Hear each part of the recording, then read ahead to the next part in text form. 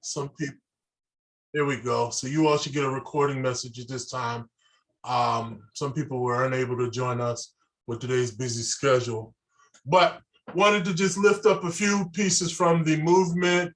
And one of them is this quote right here from Reverend Barber. It says, "From Moses to Jesus, the Bible tells us that those who fought for justice, those who spoke truth to power, those who refused to accept the injustice and inequality had to exit, and that there was no better way, always found themselves hated, hounded, and heaped upon with false accusations simply because they believed in the necessity of speaking and working for the cause of righteousness and building a more just community. This lack of majority support is why they just must live by faith and must know exactly who we are." And then there was this quote that also helps to keep me centered in the movement, and it's from our co-chair, Reverend Liz Steele Harrison, said, "It's time like these when prophets have to arise to sound the alarm, to cry out, somebody is hurting our people, somebody is evicting our families, someone is suppressing our votes, but we won't be silenced anymore." And then lastly, as we focus and join and come together, here is a third quote that just gets me going, from the Third Reconstruction, the book Moral Mondays, Fusion Politics, and the Rise of New Justice Movement. And it says, "While realism cannot determine the goals of our faith, it must shape our strategy in the movements of moral dissidence." So I do pray and hope and trust that these quotes help to give you just a sense of where I am and what keeps me motivated and inspired in the movement.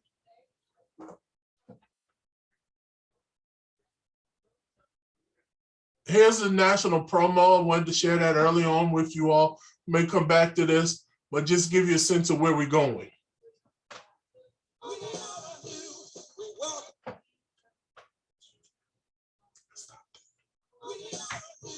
We welcome you to the launch of the Mass Poor People's Low-Wage Assembly and Borough March on Washington, D.C., June 18, 2022. And we need to do it with the biggest actions possible because we know the only scarcity is the moral will to do what's right. Veterans across this nation say enough is enough. My voice is just as valuable as anyone else's. We need the third Reconstruction. We have an immoral system run by moral people. But together we fight and we become an agent of change. We're rising up to demonstrate the compelling power that we, poor and low-income people, have to reconstruct society from the bottom up. It's time for a change. We are people of resilience.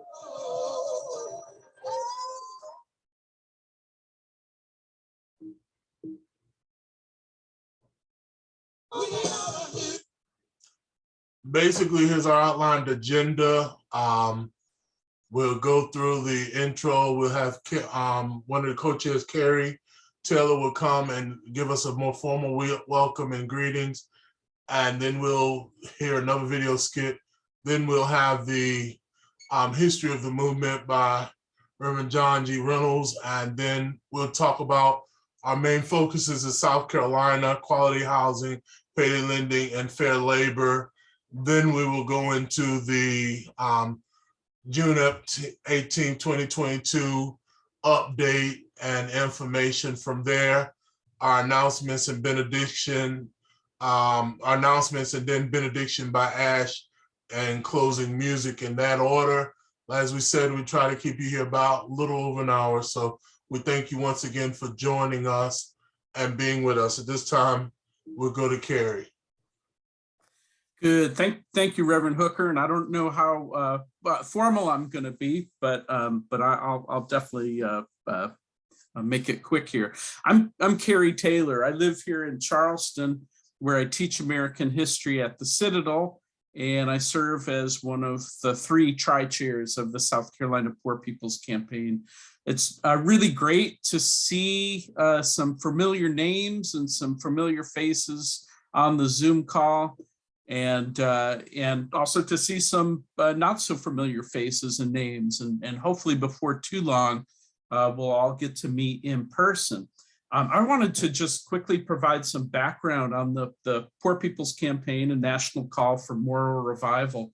The campaign was launched in 2017 by our national co-chairs, the Reverend Doctors Reverend Liz Theo Harris and the Reverend William J. Barber II. And the campaign was organized as a continuation of Dr. Martin Luther King's unfinished crusade to end poverty, racism, and militarism. And I think some of you know that Dr. King was in Memphis mobilizing workers and poor people for the Poor People's Campaign at the time of his assassination on April 4th, 1968. The modern campaign really got underway in the spring of 2018, and many of you were with us during the 6 weeks of nonviolent direct action in Columbia, which were aimed at pressuring the South Carolina state legislature to take action on issues such as poverty and police violence, workers' rights, mass incarceration. And these protests were coordinated with dozens of protests across the country that resulted in more than 2,000 arrests here in South Carolina. We had more than 100 arrests over the course of those 6 weeks. And then others of you may have joined us in June of 2018 when we mobilized tens of thousands of people to come from over 30 states in the country, descended upon Washington, D.C. for a mass Poor People's Campaign gathering. Over the last year, we've been focused on pressuring the Biden administration to take action around what we call our 14 priorities. And those include quality healthcare for all, a free and just COVID response, and guaranteed housing for all. And we're going to see a short video on that in just a minute. But before we did that, I wanted to just draw your attention to, is, you know, we've been organizing over the last couple of years. We've done so in the belief and with the confidence that South Carolina has a very special place within the larger Poor People's Campaign, as the campaign has some real deep roots in the state of South Carolina. It was a daughter of Bennettsville. The young attorney Marion Wright Edelman was among the campaign's key strategists and earliest proponents in 1968. And then some of you might know that the plans for the 1968 campaign, many of those plans were made at the Penn Center on St. Helena.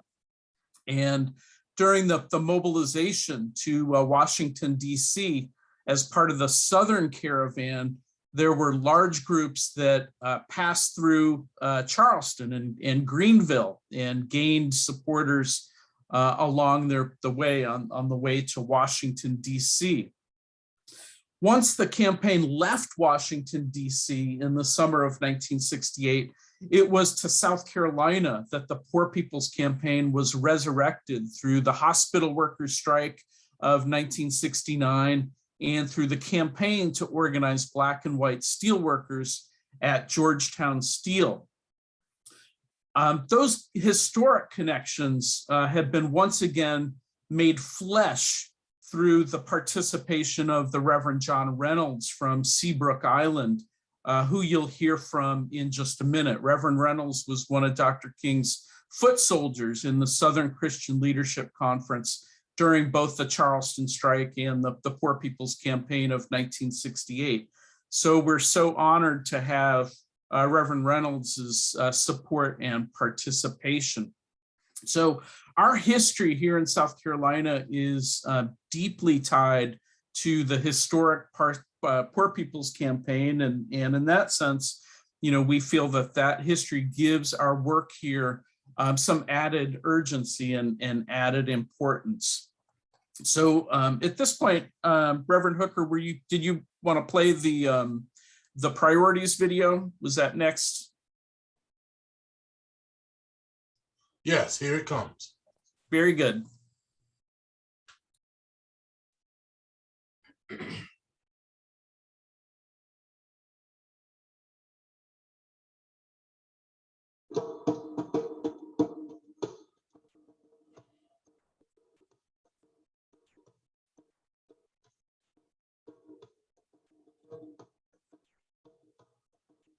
Wake up in the community.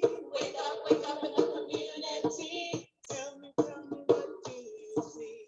Tell me what do you see? I am not afraid. I am not afraid. I will die for liberation. I know I was made. I am not afraid. I am not afraid. I will die for liberation. I know I was made. I am not afraid. I am not afraid. I will die for liberation. I know I was made. I am not afraid.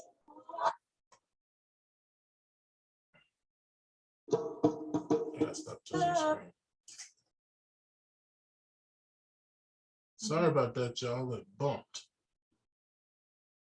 Over my head, I see peace in the air. Up over my head,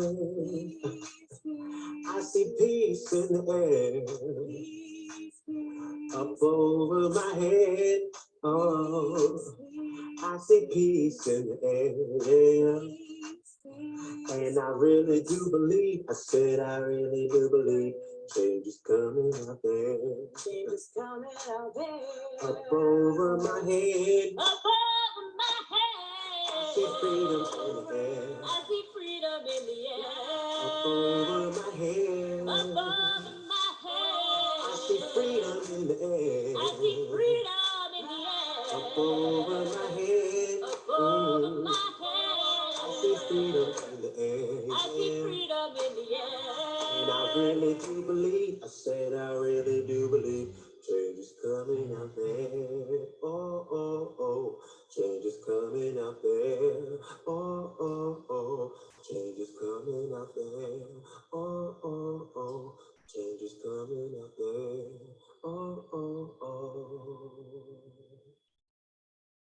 And what we met with was the domestic policy team, where Ambassador Susan Rice is leading. And it was a very powerful meeting. I did not just meet with them alone and Reverend Harris, Liz Theo Harris. We actually took in 32 people, white Kansas farmers, black fast food workers, undocumented persons. We took in people from Appalachia to Alabama, along with lawyers, economists, and others.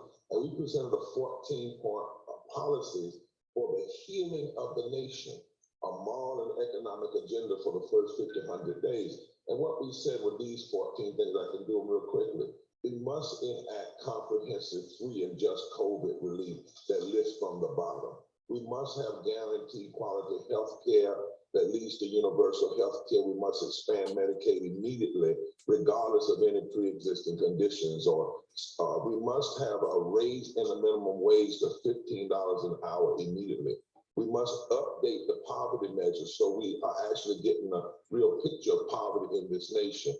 We must guarantee housing for all. We must enact a federal jobs program to build up infrastructure and investments in public institutions, climate resilience, energy in poor and low wealth communities especially. We must protect and expand voting rights now. We must guarantee safe, quality, and equitable public education that supports protections against resegregation of schools. We must have comprehensive and just immigration reform. We must ensure all of the rights of indigenous people. We must enact fair taxes and repeal the Trump tax cuts. We must use the power of executive orders to undo all the negative executive orders. And namely, we must redirect the bloated Pentagon budget towards the priorities of real national security, like education, healthcare, infrastructure, and wages. And we ask for a meeting at the White House with poor and low-wealth people. That's the agenda that we believe will heal the nation, because it will deal with the sickness in the body of the nation. Can you talk about this issue? At this time, we're going to continue forth in the meeting, and as Carrie made reference, we'll hear from a true civil rights hero and leader in the movement, Reverend John G. Reynolds, at this time.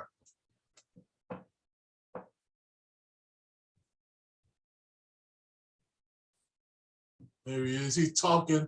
Reverend Reynolds, you're not unmuted.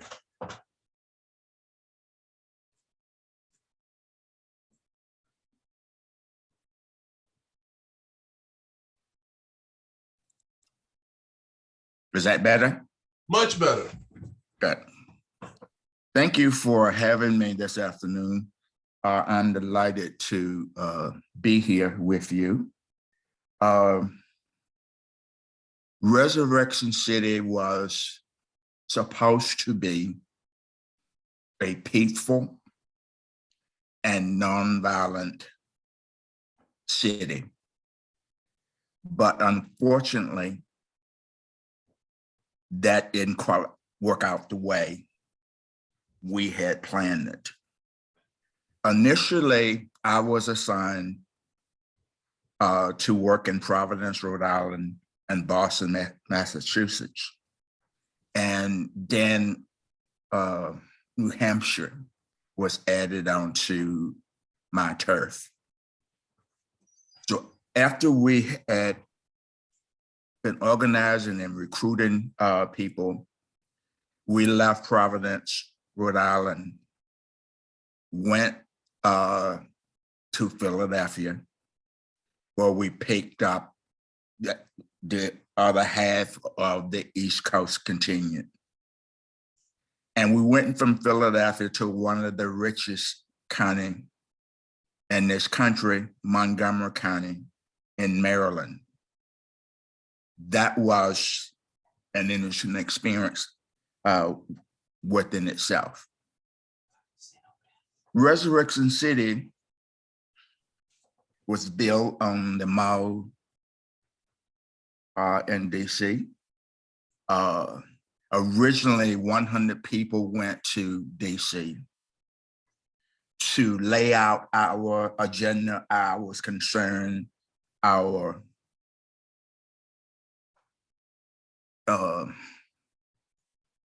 agenda anyway. So I was one of our CSA staff members who staffed that event, and people went before Congress, told their story. I went to the Department of Agriculture and other departments in the US government. And then the Southern contingent started off in Marks, Mississippi, and came up the East Coast, as Carrie have already mentioned. Once the Southern leg arrived, when we start to actually build Resurrection City, Jose Williams and Dr. Abernathy led that mule train to DC. Just in terms of history, I was a sanitation health director because the two went together. As some of you might remember, it rained like DC had never rained in DC before. So it was very muddy, and the potential for disease and stuff like that was very real.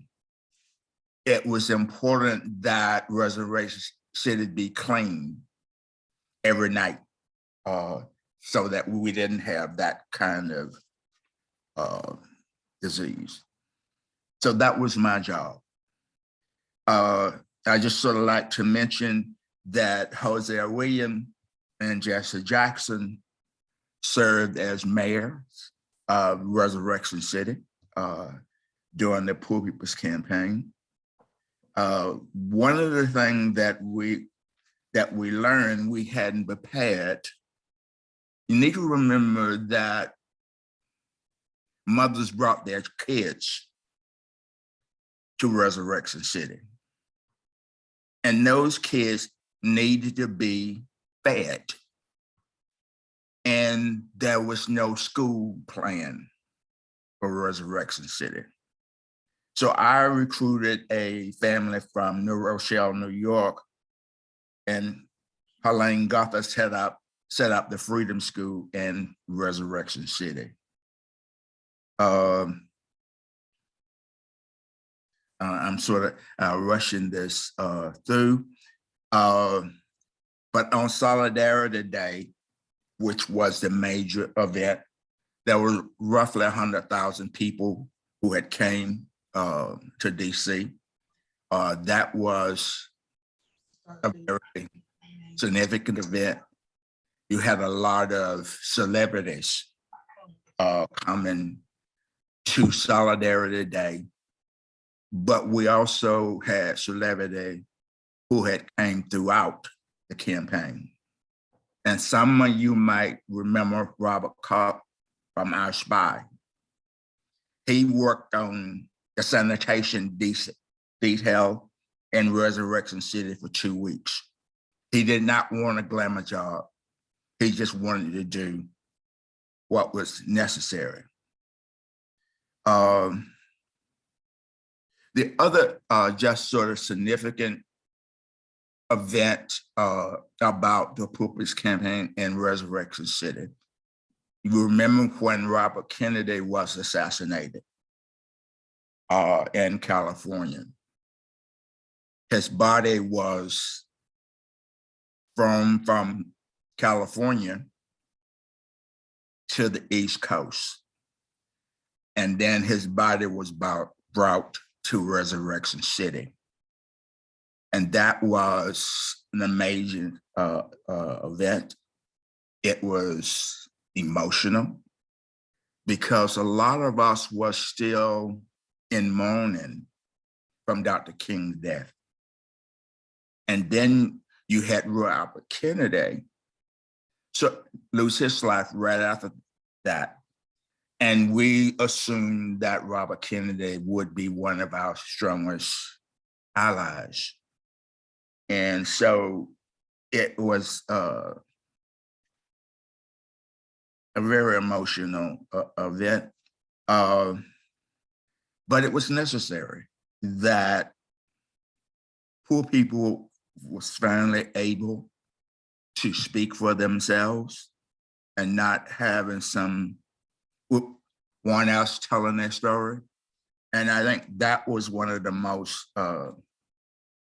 important things, that people was able to speak and tell their own story. I started out by saying the idea of Resurrection City should be peaceful and nonviolent. That was Dr. King's idea. So we was to show America how to live in peace and nonviolent, and, if you will, create the beloved community. But it didn't work out that way. And there was a number of reasons for that. And I'm almost done. When you bring people together for that long a period of time, you tend to revert back to bad habits. So you had gangs in Resurrection City. I'm just gonna put, you had rape as a part of Resurrection City, because people one of the problems that we didn't plan enough to understand that you're going to have that many people in a city, in a tent city. What were they supposed to do all of the time? So they marched on Capitol Hill, they marched on the different department, but it got to a stage where people were just sitting around and laying around Resurrection City in the mud. So that was our fault for not thinking that through, I think. But I think we were more successful than some folks say that we were. I'll stop there. We want to thank you, Reynolds, for that movement history as well as practicality for strategy. You know, that was in value, and I think your place in this South Carolina branch of the Poor People's Campaign is going to continue to show us what we need to do and who we need to be in this campaign. We're going to move forward, folk, and what we're going to move forward in is from the national, from the history, to somewhat where our priorities in South Carolina are going to be and how we're going to prioritize and organize just to contribute to what's going on in the national, but also to show where we are and how we move forward. So at this time, we're going to break into our different components of South Carolina, and we'll have quality of housing from Alicia, and she'll begin there. And Alicia, it's on you. Thank you so much, Reverend Hooker. Thank you so much, Reverend Reynolds and Carrie, for setting up this discussion and really getting us to some of the priorities that we have here in South Carolina. I am Alicia Brewster, one of the tri-chairs for the South Carolina Poor People's Campaign. I'm a mother of 3, and I think that you can see my background, but I'm actually sitting in a car coming from a humanitarian disruption action in Birmingham, Alabama.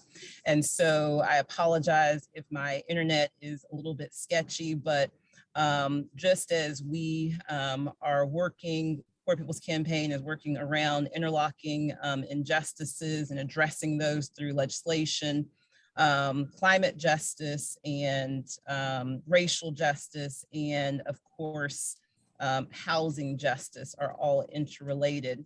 And so, as I said, a mother, as a former elementary school teacher, and as someone who lives in a state where 267,000 renters are rent burdened, meaning that they spend more than 30% of their income on rent. And many people find homeownership to be out of reach because of some of those interlocking injustices. In Greenville alone, where I live, over 8,000 students in our public schools are homeless. And there's a gap of about 12,000 affordable units for people to be able to live stable lives. As you all are probably aware, housing is so critical, so fundamental for all of the other things that people need to live out the purposes that they have been created to be here and to live out. And so a stable home is a foundation upon which many other quality of life priorities depend on. So I'm not going to spend the whole time that I have allocated, because I've asked one of my friends who really was the impetus for me even volunteering to be one of the tri-chairs.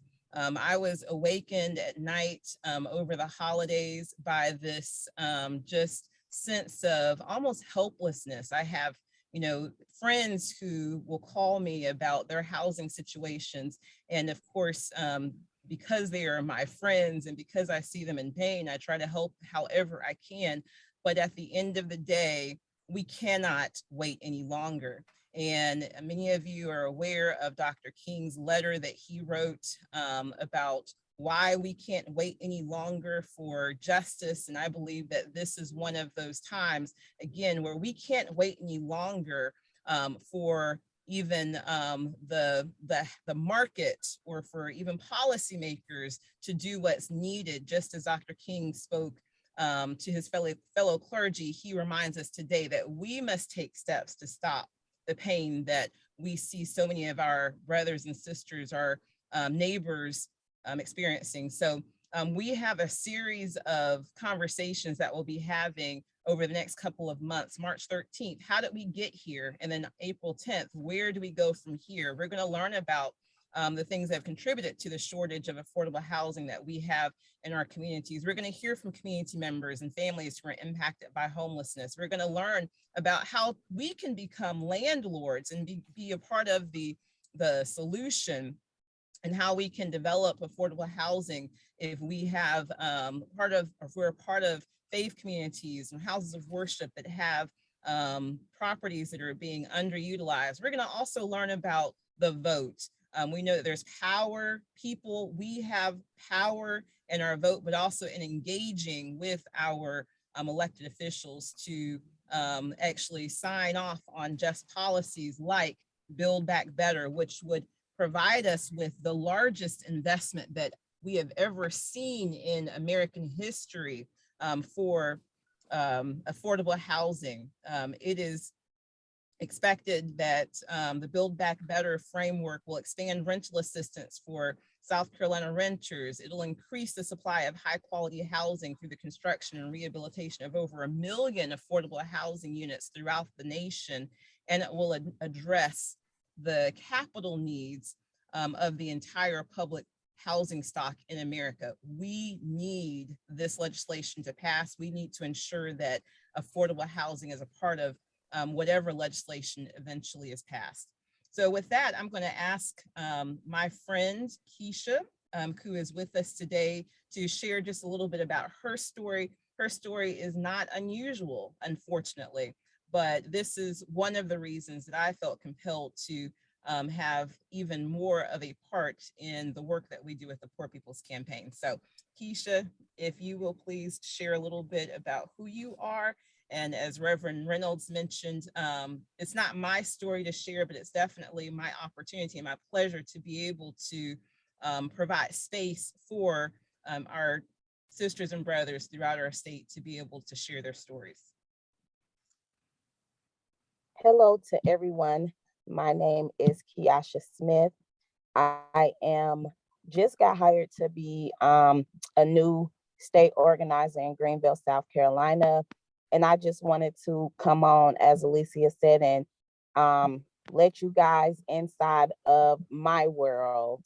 Back in August, I lived in the based on income community. And so back in August, I was actually became homeless because of this community, the poor management, the poor maintenance team failed to address issues in the apartments. Me and my family and 3 other families had to vacate our homes because the ceiling collapsed in these apartments. And it didn't just happen when I was there. It happened, actually, I lived out there for 6 years. So it actually happened in 2006 was the first time that I was made aware of it, in the same apartment, just a different room. So this situation kind of came to me. I am a person that has children. I go to work. I'm an advocate in my community, advocating and bringing light to these situations that some people don't even know how to go about. I reached out to elected officials about this situation. The situation is actually still going on, where there were some 1,007 items that the city of Greenville code enforcers came out and they went through these apartments, mold, just very unlivable situations. And I'm so glad to be a part of the Poor People's Campaign so that I can talk about these issues and know that there are people to stand behind me.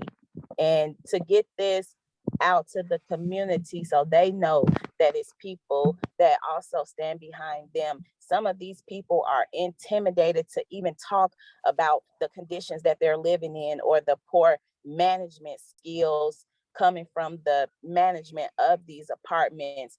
They're in fear of retaliation, and they're in fear of, if I say something, then I'm gonna lose my apartment. And I just want to be able to be a spokesman for everyone to say it's not fair that you live under these conditions just because you may not make $20 an hour to be able to afford a different type of home setting. So thank you guys for hearing for me.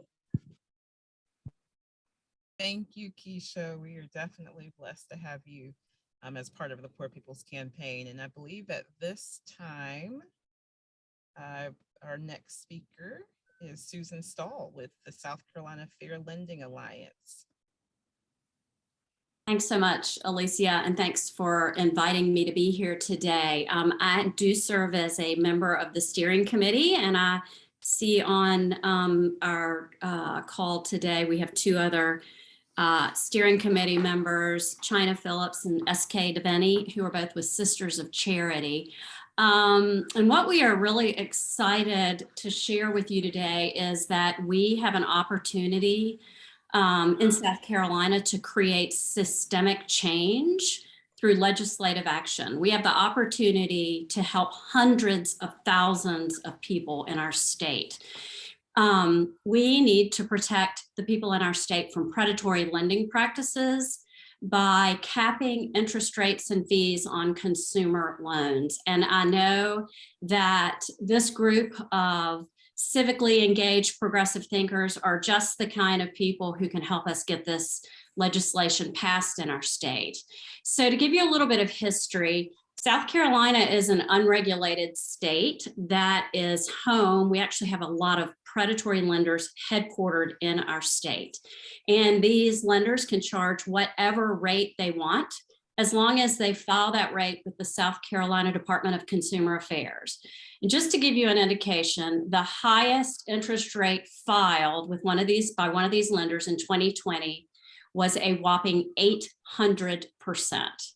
So unlike traditional banks and credit unions that are limited to charging rates that don't exceed 18%, there's a group of institutions called supervised lenders, and they often lend at triple-digit interest rates and fees.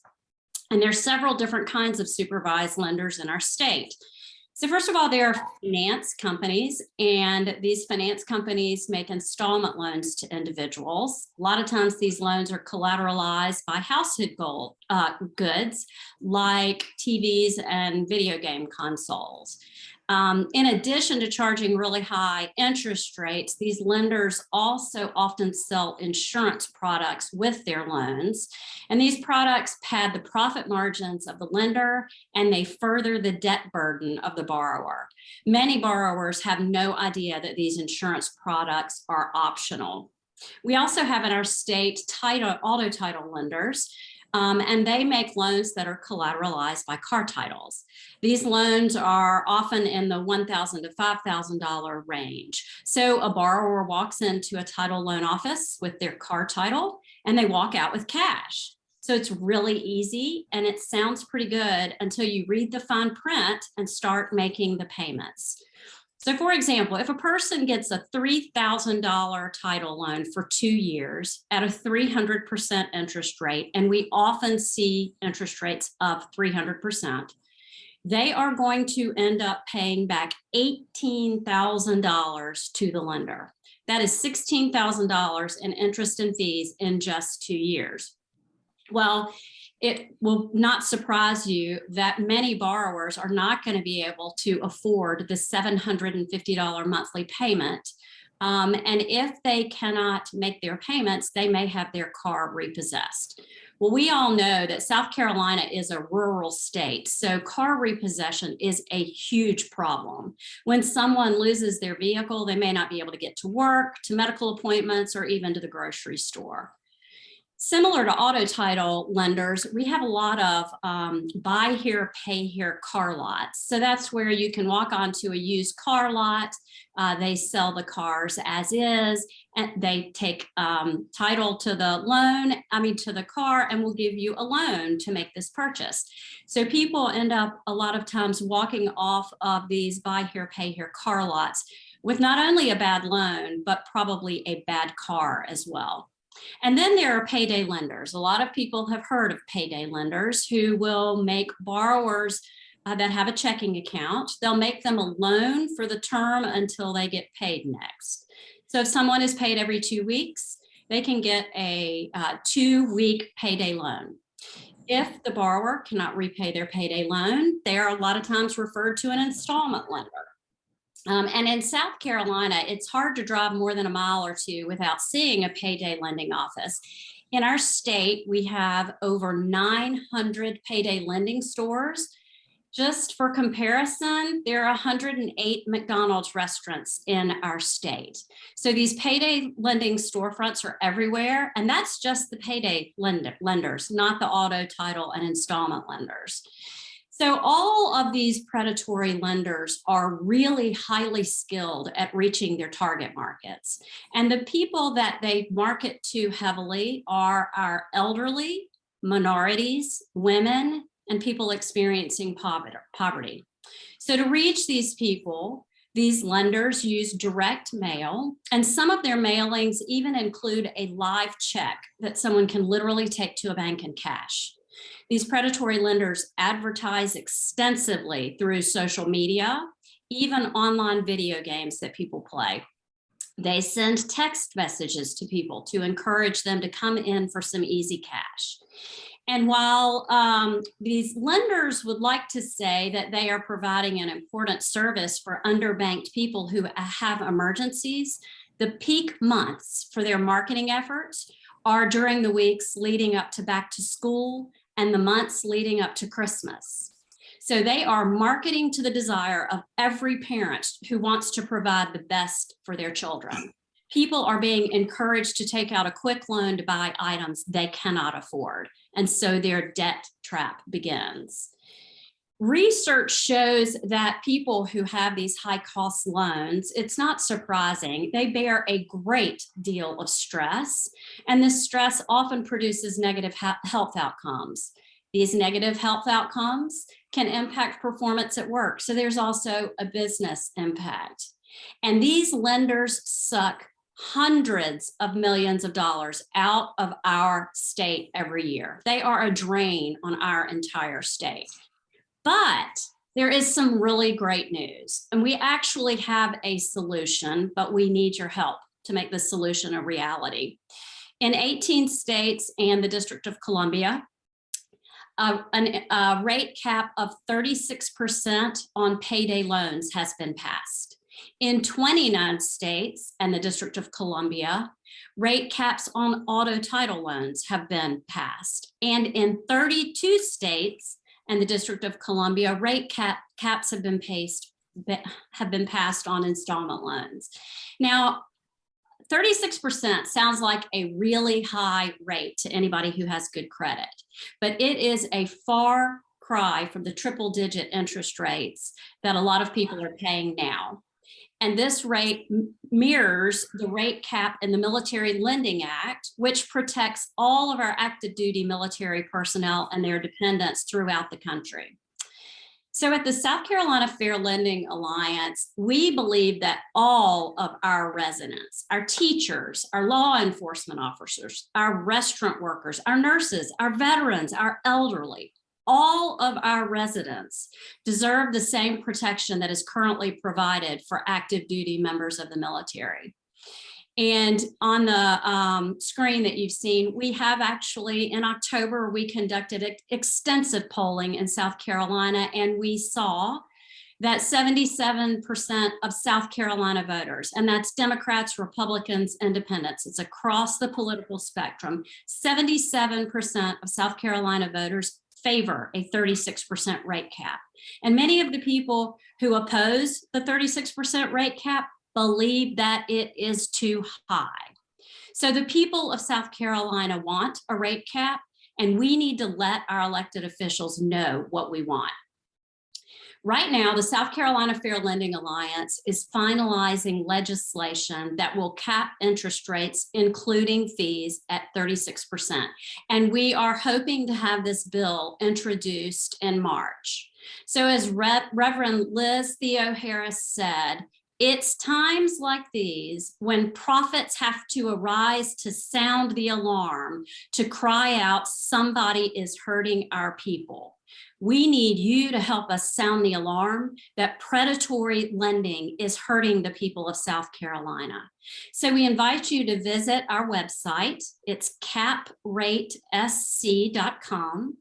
That's capratesc.com, and sign up to get our news alerts. As soon as you log on to the website, there'll be a pop-up that invites you to stay in the loop and sign up to get our news alerts.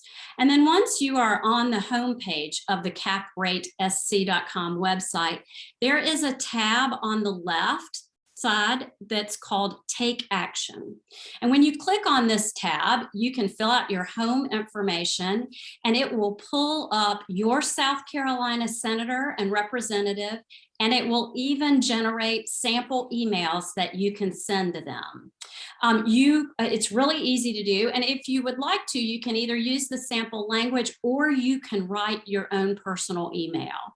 In addition, it's wonderful when people call their elected officials as well. They need to hear from us that we are concerned that hundreds of millions of dollars are being drained from our state every year, and many of our neighbors are becoming mired in an impossible debt trap.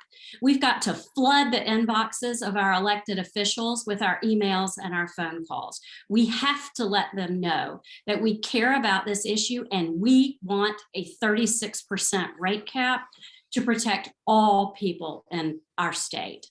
And as soon as we have a bill number, we'll be reaching back out to our grassroots network, people like you, to ask that you get in touch with your representative and senator again to let them know how important it is to pass this legislation. So again, if you go onto our website, the capratesc.com website, you can find all sorts of research and information about predatory lenders in our state.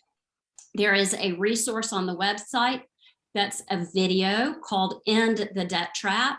You can use this video to show to people in a group, either in person or on Zoom. And if you would like a member of the Fair Lending Alliance to make a presentation to your group, please let me know. My email address is susan@millcommunity.org, and I or any one of my associates, my colleagues with the Fair Lending Alliance would be happy to make a presentation to your organization. Reverend Barber has shown us the power of prayer. And this coming Tuesday at 2 p.m., we are having a virtual hour of prayer with faith leaders from around the state. We are going to be praying for an end to predatory lending in our state, and we would love to have you join us. Again, there is information about our hour of prayer on Tuesday on the website capratesc.com. So we hope you will share this information with your network of people all over South Carolina. Let them know about this issue and why a rate cap is so important for our state. North Carolina and Georgia have both passed rate caps, and we can do it too. Thank you so much. Thank you, Susan. And, you know, there's a real important reason why the Poor People's Campaign continues forth in this whole effort and energy to do fusion politics, because we know working together really makes a difference. And we know when we come together, we can be powerful and a very much unstoppable force. So we thank you all, and thank you for the work you're doing in the area of economic justice, and just pray that we continue to partner together to make a change here in South Carolina. And someone put in the chat, if we could get Senator Scott and Senator Graham on board with this, it'd be a great thing. And we're praying for them as well. Amen. So we thank you for that, and thank you for that presentation. We're going to continue to move on and try to get you out of here about 5:15. So don't worry. We've curved it so that you all are on time. But at this time, Russell Bannon will come and lead us in a little bit of that footwork about organizing and unionizing in South Carolina and what we can do to make fair labor a reality. Thank you for having me. My name is Russell Bannon. I'm with the United Steelworkers.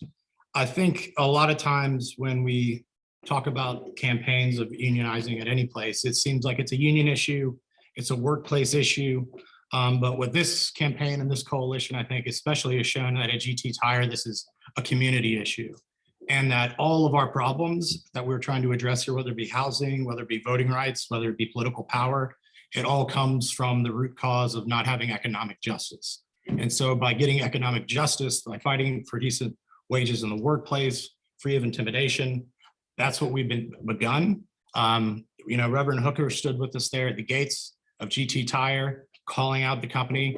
And then we also delivered a letter, over 45, 50 people from all over the state, some from even in North Carolina, from labor, from faith community, from civil rights community, and others as well. And with that though, the next part that we did, we delivered a video. All of you and part of the South Carolina Poor People's Campaign participated, as well as labor organizations from across the country, as Jobs with Justice, the Blue Green Alliance. And I would like to share that video real quick. And to set it up, Reverend Barber starts it by talking at a award ceremony where Sherry Nurse-Liam is also receiving an award. Sherry Nurse-Liam is the vice chair of the GT group. And so she's in this room at the very beginning of the video that you're about to see.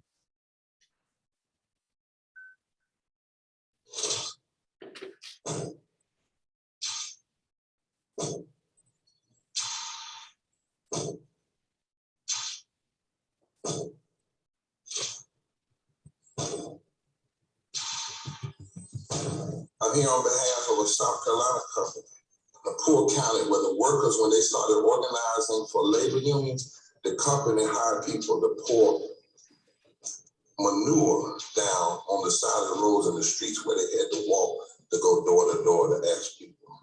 Workers over here at the GT Tire plant have been faced with some of the worst working conditions in our state.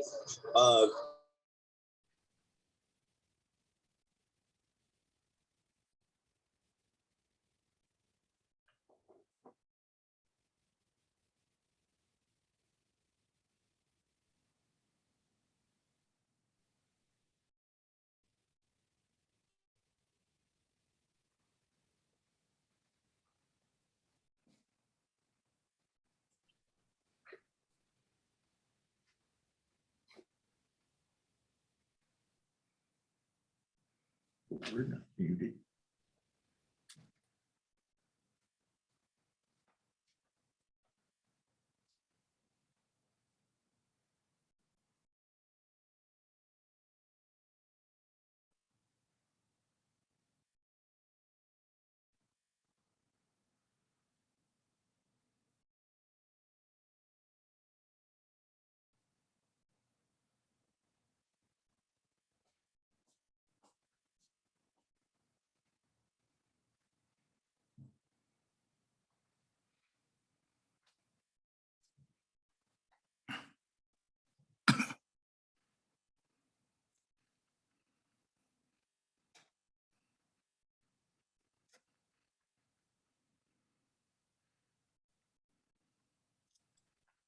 I don't know if the audio cut out for everybody else, but it did for us.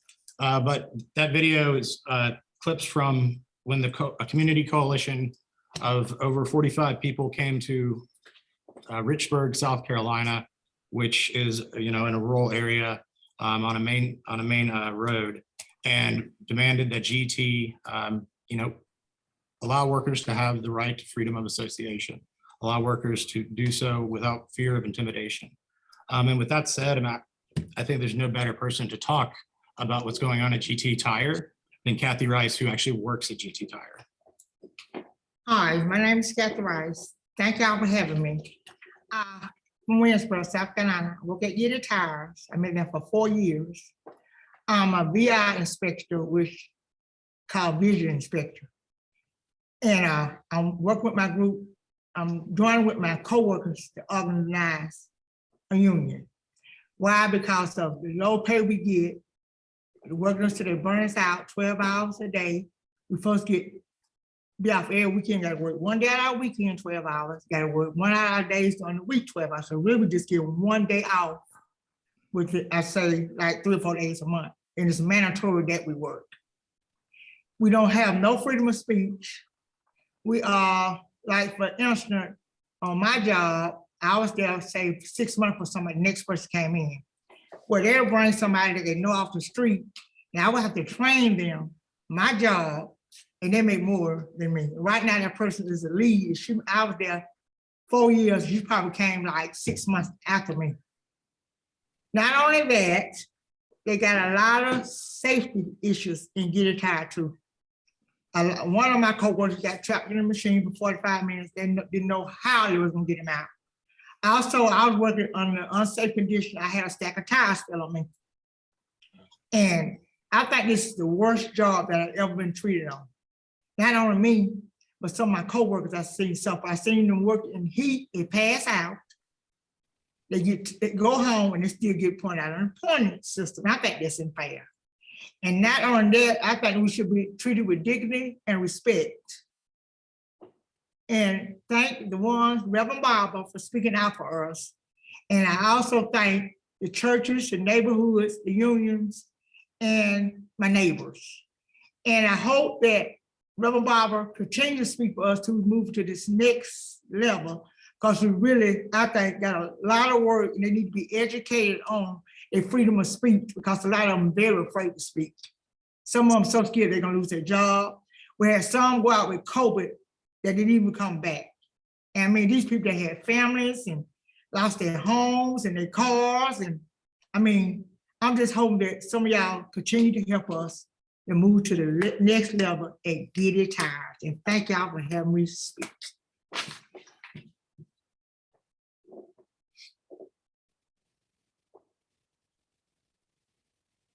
Thank you, Steve, and thank you for coming on and telling us the truth. Your contact information will continue, and we will continue as a campaign to push out the information we get, because that's one of the things, once again, about fusion organizing is we work together, and we hoping that the next time we protest, we can have a lot better show up from the Poor People Campaign members and our bodies, so that we can all come together and do more together. So thank you again. Good people, we are rounding the corner right now and moving exactly in the direction we need to be moving in. And at this time, we're gonna move on with just a little information about from national updates. And one of the reasons we really are glad that you're here is for the June 18th, 2022 mobilizing and organizing. And we're gonna be led in that discussion at this time by someone that helped welcome me into the South Carolina campaign and has been such a true and visionary leader around South Carolina and around the country. Brianna is gonna come at this time and lead us to a discussion on what's updates from the national and what we need to be prepared for. So at this time, we'll hear from Brianna. Thank you so much, Reverend Hooker. It's so good to be here with you all today. I'm Brianna Kemp, and I'm an organizer with Repairs of the Breach, and I serve on the field team for the Poor People's Campaign. And so part of my work is helping to coordinate some of the things that we're all doing together as people building a fusion movement all across the country and committed to building power around our demands. I was thinking when I got on the call today, I was remembering I was in South Carolina when we launched the Poor People's Campaign, a national call for moral revival, back, I guess, almost 4 years ago now. And it was really powerful. I remember, you know, people coming into Columbia from all across the state. I was at the time was working with fast food workers in Charleston who were organizing. There were people who from Greenville, some of who I see on the call today, that drove to Columbia every week. There were people fighting for environmental justice in Denmark, South Carolina. There were teachers from Charleston who came. There were people that came from all across the state to say that we were committed to building this moral fusion movement around a common set of demands. And it was so powerful. And I'm so glad to see the way that the work has continued to build and grow over the last few years. And one of the things that I really learned when we were launching the campaign and we were seeing, you know, state by state, people coming out and speaking at these initial Moral Mondays of the campaign, where people were talking about all different issues, and then we're risking doing civil disobedience week after week for 6 weeks straight. Even as people said, oh, don't do that, it's too disruptive, you're going to look bad in the media, you have too many demands, it's too all over the place, you're not focused enough. But what we saw is that thousands of people from across the country rejected all of that and said, no, we're going to do this. And our demands are right, and they're just, and they are all connected. We don't want one, we want them all. And we saw this really powerful force emerge through these state campaigns. And so one of the things that taught me is there has to be moments as we're building this, and not building this for the first time. I wish I had come on just a little earlier. I was so, felt so honored to hear some of what you said, Reverend Reynolds, about the deep roots and the history of this movement and the way that we're building this movement and the vision that we're building upon. But I was thinking about this lesson that there has to be certain moments where we come together in a peaceful but disruptive way across all lines of division, you know, from all different backgrounds, all different faiths, where we're coming together for these moments to disrupt this narrative, to disrupt this idea, this lie of scarcity, that there's just not enough to go around. There's just not enough housing for everyone. There's just not enough for workers to have unions and fight for higher wages. There's not enough for people to have health care. But yet there is somehow unlimited, you know, when it comes to war and militarism and funding for things like that, unlimited budget, right? We saw this in the last Pentagon budget, where they dished out even more than what was asked for, and nobody batted an eye. So there has to be these moments where we're coming together in a disruptive way to start to shift that narrative.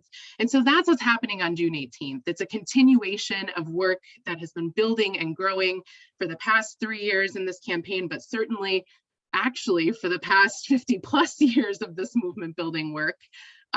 To really disrupt this narrative and bring forward our demands and to shift the narrator. I heard Reverend Reynolds talking about, you know, one of the powerful pieces of Resurrection City being poor folks having a voice of their own and being able to tell their story. And that is certainly what we are doing on June 18th. We are building the stage for people to be able to share their stories, their demands, and all of our solutions to the problems that we know can be solved. So June 18th is going to be a massive gathering of folks from all across the country committed to continuing building power around these demands. So there's a couple of, let me make sure I actually say what, okay. So you're gonna, if you go to the Poor People's Campaign website, it's poorpeoplescampaign.org/June 18. You can find all of the information about the day. There's lots of good background and a really amazing promo video that I think maybe even already been showed. But what we want folks to do is to sign up to become a mobilizing captain. So what that means is you are committed to mobilizing a delegation of people from your community. And a delegation could be yourself and some family members. A delegation could be a congregation that you're a part of, an organization that you're a part of. But just that you are going to help to organize folks to come with you to DC in June. As a mobilizing captain, in the next few weeks, you'll get a box of some materials. It'll have some flyers. I think there's a t-shirt in there. There's an organizing guide that has sort of the who, what, when, where, why of June 18th that will help you as you're talking with folks and engaging with them and getting them signed up to come with you to DC. So you're going to have all the information you need in that box. Also, you'll be hearing from the State Campaign Coordinating Committee and from the amazing campaign organizers that have just, David and Kiasha, who have just been hired on. I'm so excited to have y'all. And so there will be people reaching out to help support the organizing work going toward June. And then we're going to have monthly trainings that all mobilizing captains across the country can join. So you can get on and hear more about the details for June 18th, the resources that are available for getting folks there. There will be training specifically about a company called Rally Bus Co., which is basically a bus ride share. It's like an Uber, but with buses. And so it's really easy to sign up to organize a bus. They take care of all of the sort of hard work of finding a bus company and doing the contract. And all you have to do is get folks signed up and fill those seats on that bus. So we're going to have some trainings with that company about how to use that website and how to get folks signed up. And then we'll have, there's a mobilization tour. Really all roads leading toward June. This tour is going to be stopping in 10 different states. The first 2 virtually. We kicked off with Alabama, Mississippi, Florida, Georgia, and Tennessee a couple of weeks ago with some powerful testimonies from leaders across those states talking about why they are coming to DC in June. The next stop is in led by Texas, Poor People's Campaign, with Louisiana and Arkansas and a couple of other states. And the date that I want everyone to put on your calendar is March 28th. We just added a tour stop in Raleigh, North Carolina. We are going back to the Moral Monday roots. Some of you probably remember when Moral Mondays launched in 2011, 12, 13, somewhere in there, and how powerful that fusion coalition was that came together. And so we are coming back together as a Moral Monday family in North Carolina, but expanding it throughout the region and inviting folks from South Carolina, from Tennessee, from Virginia, from West Virginia to join us, because we know this is, we're building across lines of division, across state, across issue area, and really bringing folks together. So that is going to be March 28th. You're going to get lots more information about all the things I just rambled off very, very quickly. So you'll get emails with RSVP links and flyers and graphics to share. But I am just so excited to be with you all and to see this powerful fusion coalition building in South Carolina. And I'm so excited to see everyone hopefully in Raleigh for our Moral Monday, and then certainly in DC in June. So thank you so much for having me.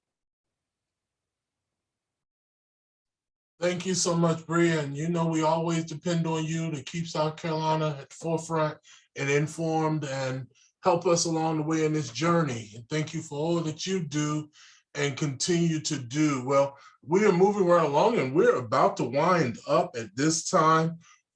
Bria has really covered most of the announcements we have. Just some information. Now that you've been on this call, we will send out, as we send out everybody else, information on those dates, on organizing events.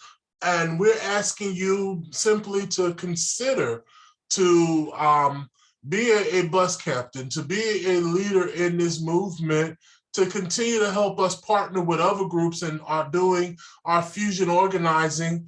And one of the biggest things that really helps as part of a fusion movement is when we call on you to show up. We definitely need you to show up and to be there and to let your voice be heard and not be silenced. Amen. So when some of these partners come on and they're fighting payday lending or fair housing or economic injustice, are even organizing and unionizing, we who represent the South Carolina Poor People's Campaign can show up in mass to let them know that we stand on the side of moral right and justice and fusion organizing. Well, I'm not going to hold you all long today.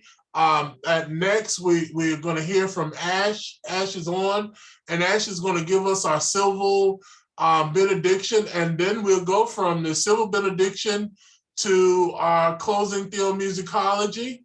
And any questions or information you would like to share, feel free to include that in the chat as we go forward. We thank God for all of you all being on. We thank the powers of organization and coming together, for without you, none of this would be possible. So at this time, I'm going to turn it over to you, Ash.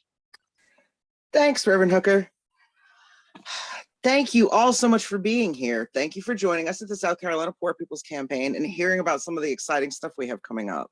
And thank you, South Carolina Poor People's Campaign, for giving me this time to tell you a little about Citizen University and the Civic Saturdays project. Citizen University is dedicated to getting people engaged in civic life at a community and personal level. It can sometimes feel like people have lost touch with what their relationship with their government even means, or how to engage more deeply with it, and we want to change that. One way we do it is through Civic Saturday gatherings. Civic Saturdays are a civic analog to a faith gathering. Using the familiar time-tested routines of faith gatherings, we help people become active and enthusiastic participants in governments. We utilize music and poetry and what we call civic scripture, the writings of the humble and the powerful, from inauguration speeches to the diaries of ordinary civil rights activists. It's not common for civics to be taught in this country anymore, and when people hear the word, they often think about dry, dusty law books. As citizens of America, and not citizens with papers per se, just citizens, just people who are invested in the society, people who live here, we're all affected similarly by the same sets of symbols and stories just by living immersed in the culture. When we come together in gatherings full of music and inspiring words and thoughtful discussions, the story and the vision of our country comes to life. I'm really pleased to say that Civic Saturdays are coming to the Greenville-Spartanburg area in the next few months. The Laughing Warrior Brigade of Greenville is partnering with the Spartanburg Unitarian Universalist Church to bring a series of Civic Saturdays to the area over the next several months. I'm really excited to share this powerful experience with these communities. For more information on the upcoming gatherings, please follow the Laughing Warrior Brigade at Laughing Warrior Brigade on Facebook, or keep up with the Spartanburg Unitarian Universalist Church at uucs.org. In the style and the spirit of Civic Saturdays, I would like to offer a civic scripture reading to help close out the gathering today. This poem was read by poet Elizabeth Alexander at Barack Obama's inauguration. It recognizes grief and struggle, loss and disconnection, while still expressing great hope for the future and faith in the dream of America. I offer it here at the end of our gathering in a spirit of optimism and a firm conviction that together we can realize the promise the struggle has earned us. Thank you so very much for being here with us now, and thank you for giving me the time to speak to you. Praise Song for the Day by Elizabeth Alexander. Each day we go about our business, walking past each other, catching each other's eye or not, about to speak or speaking. All about us is noise. All about us is noise and bramble, thorn and din, each one of our ancestors on our tongues. Someone is stitching up a hem, darning a hole in a uniform, patching a tire, repairing the things in need of repair. Someone is trying to make music somewhere, with a pair of wooden spoons on an oil drum, with a cello, boombox, harmonica, voice. A woman and her son wait for the bus. A farmer considers the changing sky. A teacher says, "Take out your pencils, begin." We encounter each other in words, words spiny or smooth, whispered or declaimed, words to consider, reconsider. We cross dirt roads and highways that mark the will of someone, and then others who said, "I need to see what's on the other side. I know there's something better down the road. We need to find a place where we are safe." We walk into that which we cannot yet see. Say it plain that many have died for this day.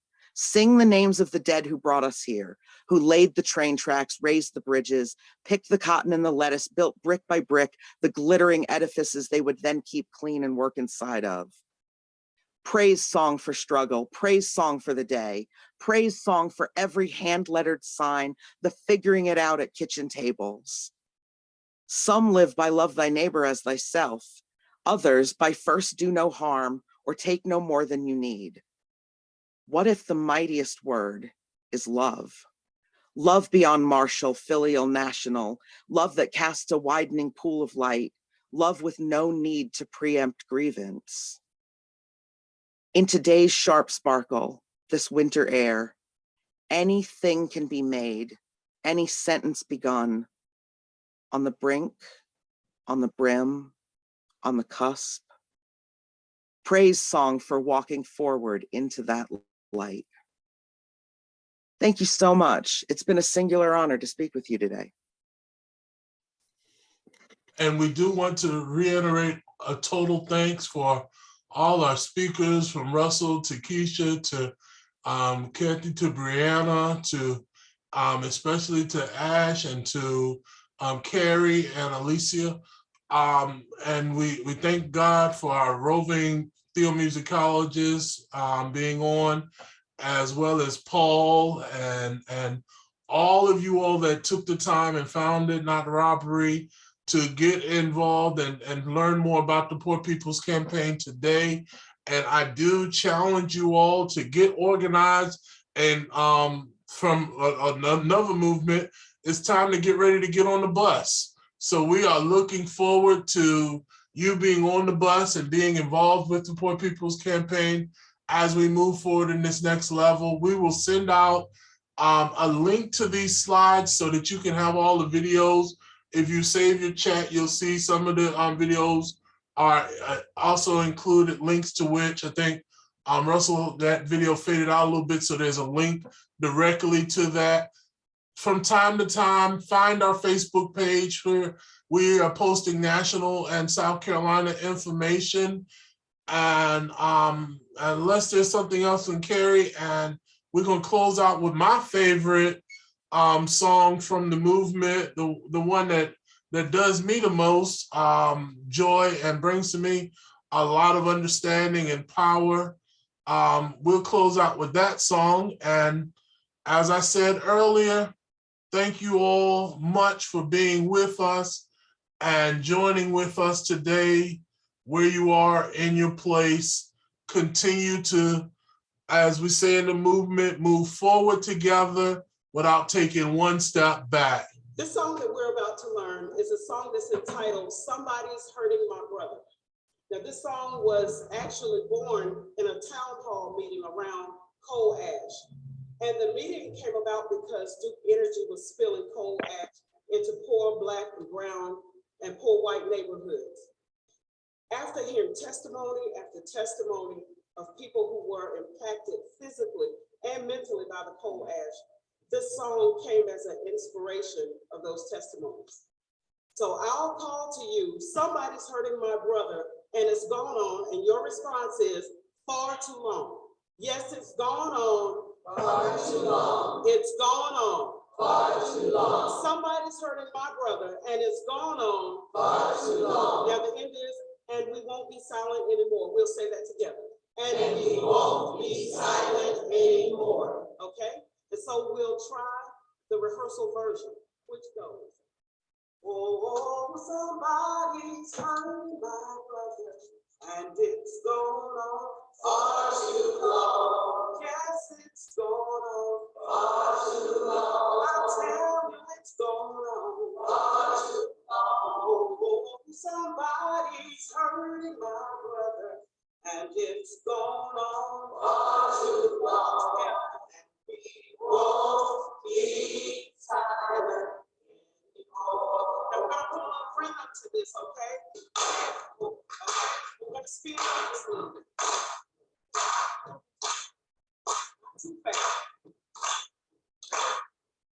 Oh, somebody's hurting my brother, and it's gone on far too long. Yes, it's gone on far too long. Hey, it's gone on far too long.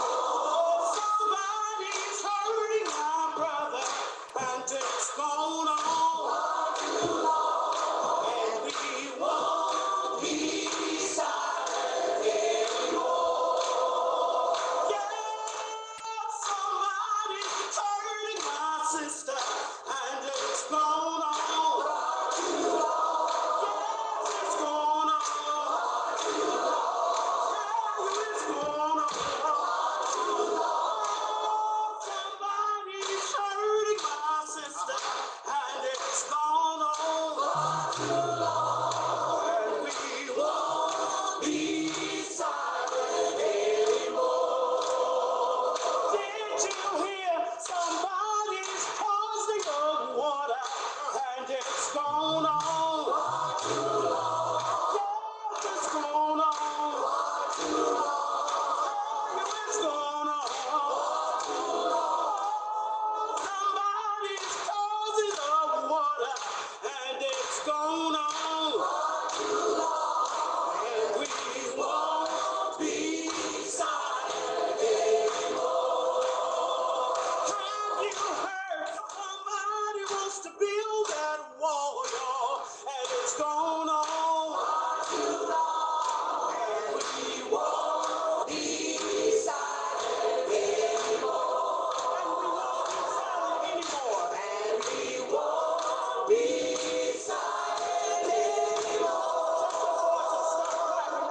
on, and we won't be silent anymore. Last time, all together. And we won't be silent anymore.